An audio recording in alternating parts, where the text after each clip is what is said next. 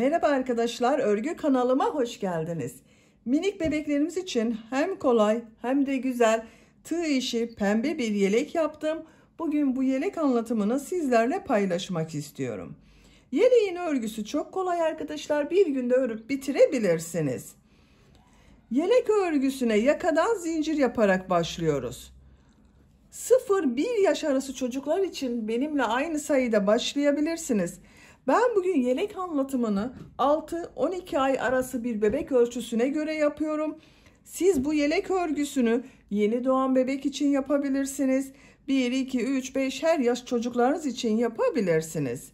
Siz bu yeleği 3 aylık bebek için yapacaksanız bu arttırma sırasını benim yaptığımdan bir sıra önce bitirirseniz 3 aylık bebek için olur. 2 sıra önce bitirirseniz yeni doğan bebek için olur arkadaşlar. Bu arttırma sırasını benim yaptığımdan bir sıra fazla yaparsanız 1-2 yaş arası çocuklarınız için olacaktır. Biz bugün 6-12 ay arası bebek ölçüsüne göre yapıyoruz. Yakasının buraya bakın ben kurdale taktım. Siz isterseniz bunu takmadan kullanabilirsiniz veya ip kordonlar takabilirsiniz. Düğmeli de yapabilirsiniz arkadaşlar. Yakasının burada süsleme yaptım. Bakın bu şekilde bir süsleme var. Bunu yaptım. Siz bunu yerine fiyonk örgüler yapıp süsleyebilirsiniz veya hiçbir şey yapmadan sade olarak kullanabilirsiniz. Açık olarak görelim. Bakın arkadaşlar bu şekilde. Dediğim gibi bir günde örüp bitirebilirsiniz bu yeleği. Bakın modeli çok güzel. Yelek örgüsünde iplik olarak ben bugün bu ipliği kullandım. Kullandığım iplik üzerinde 100 gram iplikte 330 metre var. Bir yumak iplik bitti arkadaşlar. Siz daha büyük çocuk için yapıyorsanız bir yumak iplik yetmeyecektir.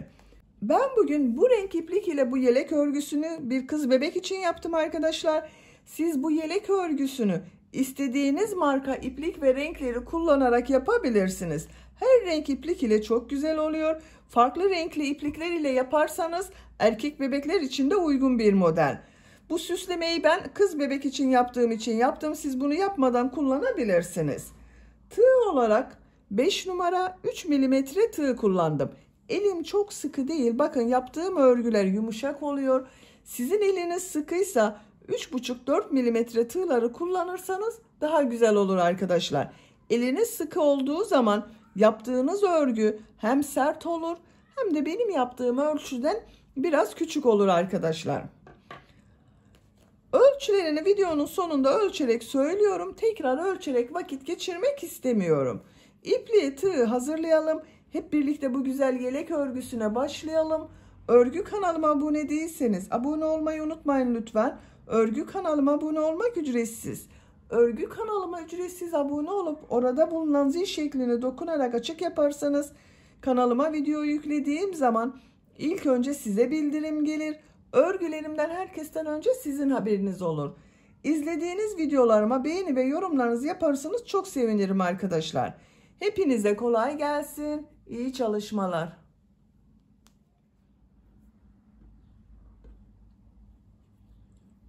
Örgüye yakadan zincir yaparak başlıyorum. İlk ilmeği ben bu şekilde yapıyorum. Zincirleri yapmaya başlıyorum. Çok sıkı zincirler yapmıyorum. Bakın bu şekilde çok sıkı olmayan zincirler yapıyorum. 68 zincir yapalım. 68 zincir yaptım. Çok sıkı zincirler yapmadım. Bu 68 zincirin kaç santimetre olduğunu ölçüyorum. 28 santimetre zincir uzunluğu var. Benim elimin sıklığına göre 28 santimetre için 68 zincir yaptım arkadaşlar. Sizin eliniz sıkıysa daha fazla zincir yapmanız gerekebilir. 3 zincirde dönüş için yapıyorum. 1, 2, 3. Tığ üzerine iplik alıyorum. 3 ilmek atlıyorum. 1, 2, 3. 4. ilmeğe trabzan yapıyorum. 10 trabzan yapıyorum. Bu 3 ilmek atlayarak yaptığımda bir trabzan. Bakın bu 1, 2, 3, 4, 5, 6, 7,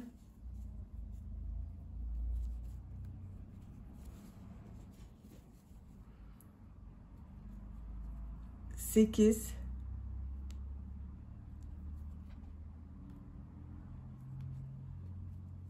9, 10. 2, 4, 6, 8, 10 trabzan yaptım. Arttırma yeri için 2 zincir yapıyorum. Bu ilmeğe kol bölümü için trabzan yapıyorum. 14 trabzan yapıyorum arkadaşlar.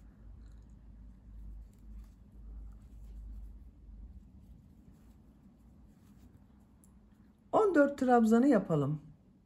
Kol bölümü için 14 trabzan yaptım. 2, 4, 6, 8, 10, 12, 14.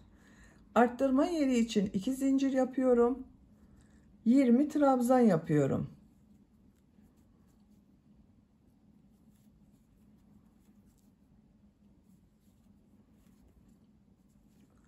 Siz buraya kaç trabzan yaptıysanız buraya yaptığımız trabzanın 2 katı olacak. Ben buraya 10 trabzan yaptım. Buraya 20 trabzan yapıyorum. 20 trabzanı tamamlayalım. 20 trabzan yaptım. Bakın görüntüsü bu şekilde oldu. Arttırma yeri için 2 zincir yapıyorum. Kol bölümündeyim arkadaşlar. Bu kol için 14 trabzan yaptım. Buraya da 14 trabzan yapıyorum.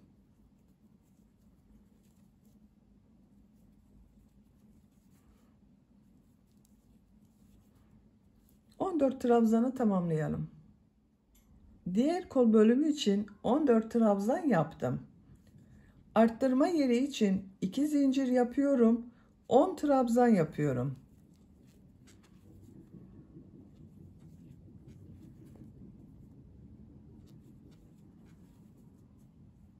Sıra sonuna kadar devam edelim. 10 trabzanı yaptım. Bu sırada yaka ayrımlarını yaptık. Sıra başında ve sıra sonunda 10 trabzan yaptım. Kol bölümleri için 14 trabzan yaptım. Buraya da bunların ikisi toplamı olan 20 trabzan yaptım. İkinci sıradayım. Bir zincir yapıyorum. Örgüyü çeviriyorum. İlk ilmek üzerine trabzan yapıyorum. Diğer ilmeklere trabzan yaparak devam ediyorum. 10 trabzan yapıyoruz. Bu arttırma zincirine kadar devam edelim. Arttırma zincirine kadar 10 trabzan yaptım. Bu arttırma zinciri üzerine 2 trabzan, 2 zincir, 2 trabzan yapıyorum.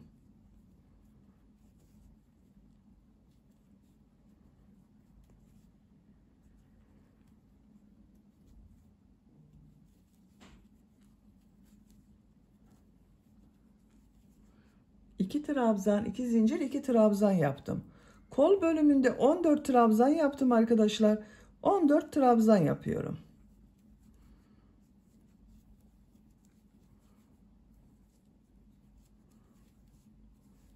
Arttırma zincirine kadar devam edelim. Bu arttırma zincirine kadar trabzanlar yaptım. Bu 2 zincir üzerine 2 trabzan, 2 zincir, 2 trabzan yapıyorum. Arttırmaları 2 trabzan, 2 zincir, 2 trabzan şeklinde yapıyoruz. 2 trabzan, 2 zincir, 2 trabzan yaptım. Diğer ilmeklere trabzan yaparak devam ediyorum. 20 trabzan yaptım, 20 trabzan yapıyoruz.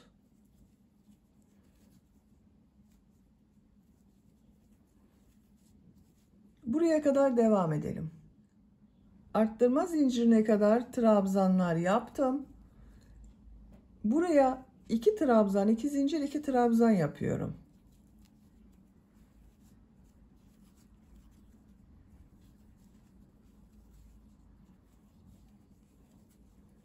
Kol için 14 trabzan yapıyorum. Buraya kadar devam edelim. Buraya kadar trabzan yaptım. Arttırma yerine 2 trabzan, 2 zincir, 2 trabzan yapıyorum.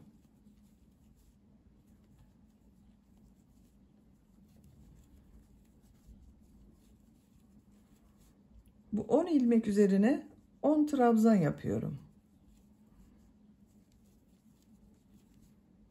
Sıra sonuna kadar devam edelim. Sıra sonuna kadar tamamladım. Sıra sonunda bakın bir alt sırada 3 ilmek atlayarak yaptığım bir trabzan var. Bunun 3. ilmeğe tığ takıyorum. Trabzan yapıyorum. Buraya da 10 trabzan yaptım arttırmadan sonra. Bir zincir yapıyorum. Örgüyü çeviriyorum. Bu sırada yine arttırma yapacağız. Bu arttırma yerlerinde bir trabzan, 2 zincir, bir trabzan şeklinde arttırma yapacağız. İlk ilmeğe trabzan yapıyorum. Diğer ilmeklere trabzan yaparak devam ediyorum. Buraya kadar devam edelim. Arttırma yapacağım yere kadar trabzanları yaptım. Arttırma zincirinin üzerine bir trabzan, 2 zincir, bir trabzan yapıyorum.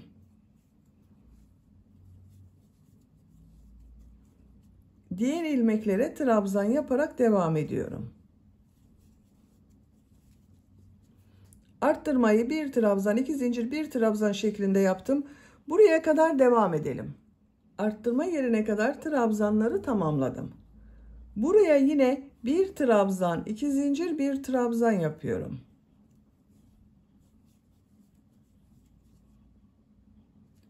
Diğer ilmeklere birer defa trabzan yapıyorum.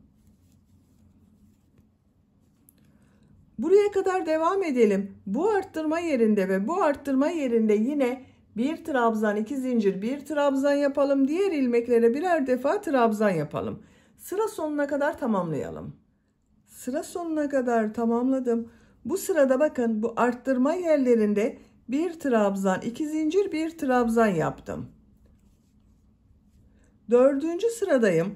Bir zincir yapıyorum. Örgüyü çeviriyorum. Bu sırada arttırmaları 2 trabzan, 2 zincir, 2 trabzan şeklinde yapıyoruz. İlk ilmek üzerine trabzan yapıyorum. Diğer ilmeklere trabzan yaparak devam ediyorum. Arttırma yerine kadar devam edelim. Arttırma yapacağım yere kadar trabzanları yaptım. Arttırma zincirinin üzerine 2 trabzan, 2 zincir, 2 trabzan yapıyorum.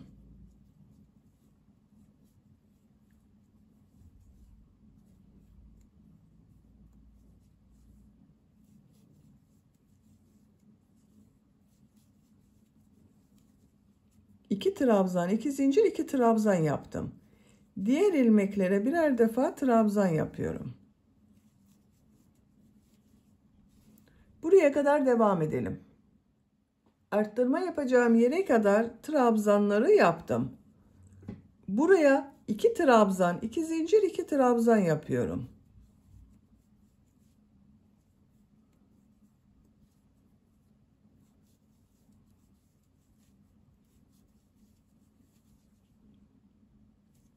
Diğer ilmeklere birer defa trabzan yapıyorum. Bakın bu sırada arttırmaları 2 trabzan, 2 zincir, 2 trabzan şeklinde yapıyoruz. Bu arttırma yerinde ve bu arttırma yerinde de 2 trabzan, 2 zincir, 2 trabzan yapalım.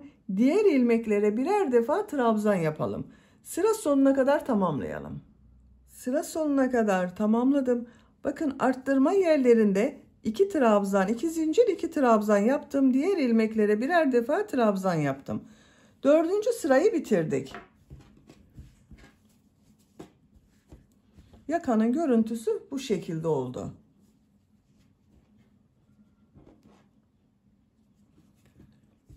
Beşinci sıradayım. Bir zincir yapıyorum. Örgüyü çeviriyorum. İlk ilmeğe trabzan yapıyorum. Diğer ilmeklere trabzan yaparak devam ediyorum. Arttırma yerine kadar devam edelim. Arttırma yapacağım yere kadar trabzan yaptım. Arttırma yerine bu sırada bir trabzan, 2 zincir, bir trabzan yapıyorum.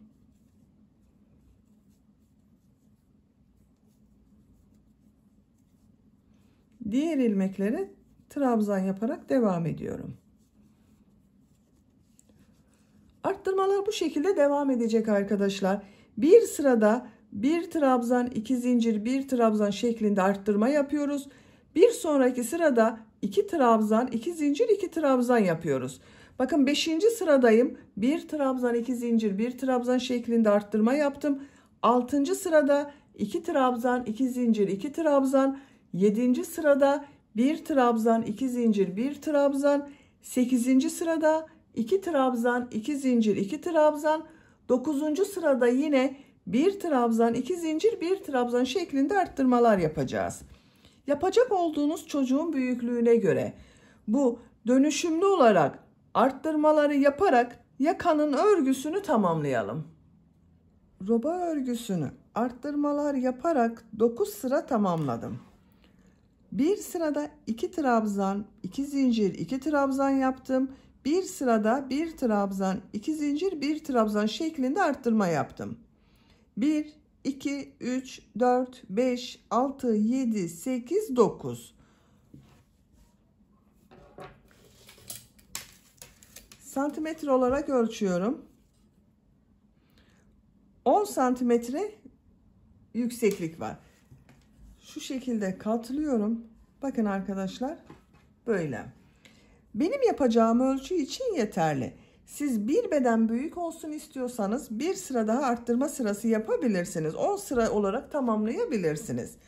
Küçük yapmak istiyorsanız da benim yaptığımdan bir sıra önce bitirirseniz daha küçük ölçüde olur. 10. sıradayım. 10. sırada kol ve gövde bölümünü birbirinden ayırıyorum. Artık örgüye gövdenin örgüsüyle devam ediyorum. Bir zincir yapıyorum, örgüyü çeviriyorum. Bir sıra trabzan sırası yapıyorum. İlk ilmek üzerine trabzan yapıyorum. Diğer ilmeklere trabzan yaparak devam ediyorum.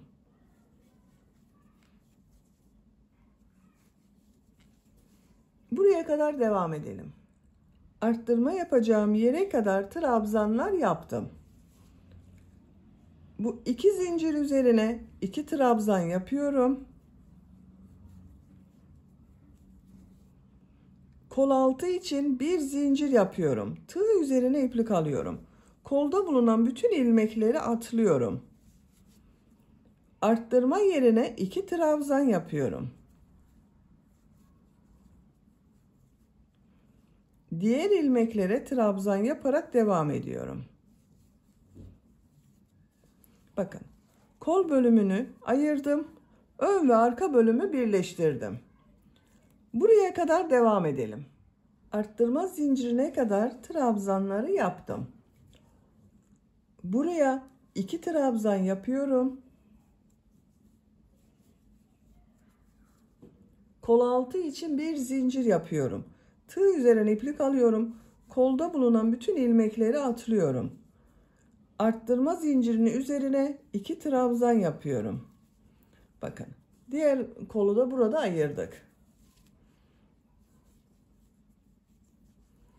Diğer ilmeklere birer defa trabzan yapıyorum. Sıra sonuna kadar devam edelim.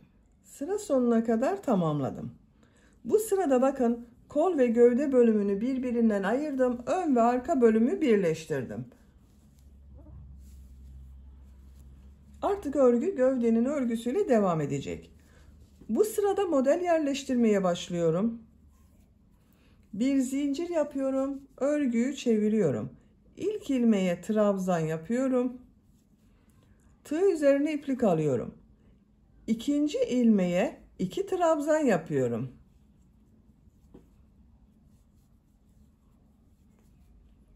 Tığ üzerine iplik alıyorum. Bir ilmek atlıyorum. İkinci ilmeğe 2 trabzan yapıyorum.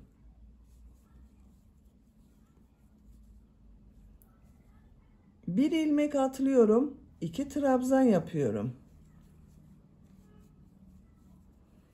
Aynı ilmeğe 2 trabzan yapıyoruz. Bir ilmek atlıyorum. 2 trabzan yapıyorum. Çok kolay arkadaşlar model. Bu şekilde sıra sonuna kadar devam edelim. Sıra sonuna kadar tamamladım. Son ilmeğe bir trabzan yapıyorum. Bu sırada bir ilmeğe 2 trabzan yaptık. Bir ilmek atladık. Bir ilmeğe 2 trabzan yaptık. Model bu arkadaşlar. Bir zincir yapıyorum. Örgüyü çeviriyorum. İlk ilmek üzerine trabzan yapıyorum. Tığ üzerine iplik alıyorum. Bu sırada bu iki trabzan ortasına, bakın model yaptığımız iki trabzan var. Bunun ortasına iki trabzan yapıyorum.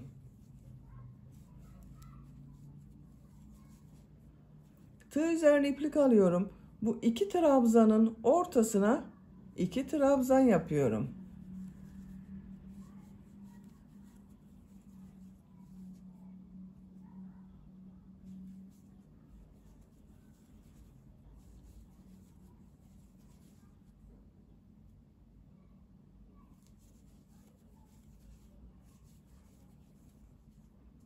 Sıra sonuna kadar devam edelim. Sıra sonuna kadar tamamladım. Son ilmeğe bir trabzan yaptım. Bir zincir yapıyorum. Örgüyü çeviriyorum. İlk ilmek üzerine trabzan yapıyorum. Sıra başında ve sıra sonunda bir trabzan yapıyoruz bakın. Yine bu iki trabzanın ortasına iki trabzan yapıyorum.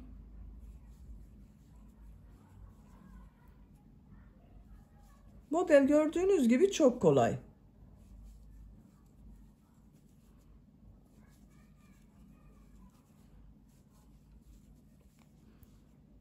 Bu şekilde devam edeceğiz arkadaşlar. Sıra sonuna kadar devam edelim. Bir zincir yapıp geriye dönelim. Modelleri tekrarlayarak örgüye devam edeceğiz.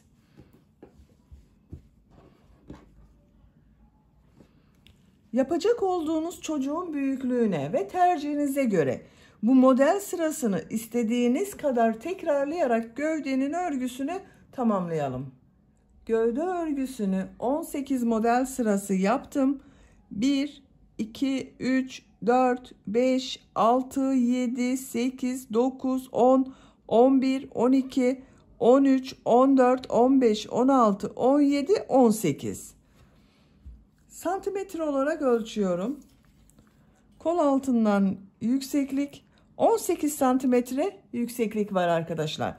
Benim yapacağım ölçü için yeterli. Bakın bu yükseklikte oldu. Siz tercihinize göre 1-2 sıra devam edebilirsiniz veya 1-2 sıra önden bırakabilirsiniz.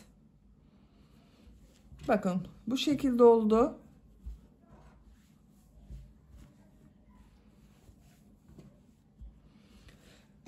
Son sıra olarak bir sıra trabzan sırası yapıyorum. Bir zincir yapıyorum. Örgüyü çeviriyorum. İlk ilmek üzerine trabzan yapıyorum. Diğer ilmeklere trabzan yaparak devam ediyorum. Her ilmek üzerine bir trabzan yapıyorum. Sıra sonuna kadar devam edelim. Sıra sonuna kadar trabzanlar yaptım. Bakın bu şekilde oldu. Bu ön patta sık iğneler yapıyorum. İlk ilmeğe bakın şu şekilde sık iğne yapıyorum trabzan boşluğuna. İlmeğe sık iğne yapıyorum. Sık iğne yapıyorum. Her trabzan sırasına 2 sık iğne yapıyorum. Benim denk geliyor arkadaşlar. Çekmeden ve geniş gelmeden istediğiniz gibi ayarlama yapabilirsiniz. Yaka başlangıcına kadar devam edelim. Yaka başlangıcına kadar sık iğneleri yaptım. Yakanın çevresindeyim. Yakanın çevresinde de sık iğne yaparak devam ediyorum. Her ilmek üzerine bir sık iğne yapıyorum.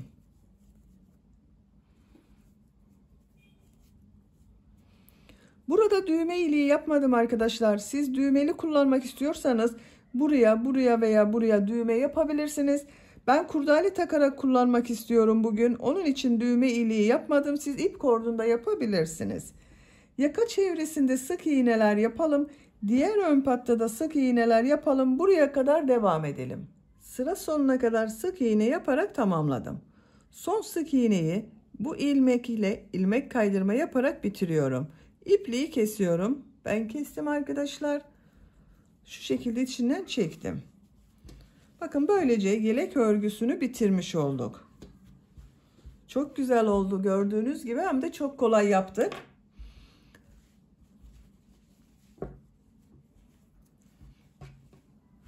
Bakın. Yeleğimiz artık hazır. Buraya kurdale takmak istiyorum ben. Siz isterseniz ip kordon yapabilirsiniz. Bu şekilde de 2 tane süsleme aldım bakın. Hazır aldım bunları arkadaşlar. Bunları bu yaka örgüsünün buraya dikiyorum. Siz isterseniz bunu yapmadan bu şekilde kullanabilirsiniz veya farklı süslemeler yapabilirsiniz. Bitmiş olarak size ölçülerini söylüyorum. Kol altının buradan gövde genişliğini ölçüyorum. 25 santimetre. Yüksekliğini ölçüyorum. Kol altından yükseklik 19 santimetre. Omuzdan tam yüksekliğini ölçüyorum. 32 santimetre. 6 aylık bebek için yaptım arkadaşlar. Çok güzel bir ölçü oldu. Beni dinlediğiniz ve izlediğiniz için hepinize çok teşekkür ederim. Örgü kanalıma abone değilseniz abone olmayı unutmayın lütfen. Örgü kanalıma abone olmak ücretsiz. Örgü kanalıma ücretsiz abone olup orada bulunan zil şeklini dokunarak açık yaparsanız kanalıma video yüklediğim zaman ilk önce size bildirim gelir. Örgülerimden herkesten önce sizin haberiniz olur. İzlediğiniz videolarıma beğeni ve yorumlarınızı yaparsanız çok sevinirim arkadaşlar. Sizlerle yeni örgülerde görüşmek dileğiyle. Hoşça kalın, sevgiyle kalın.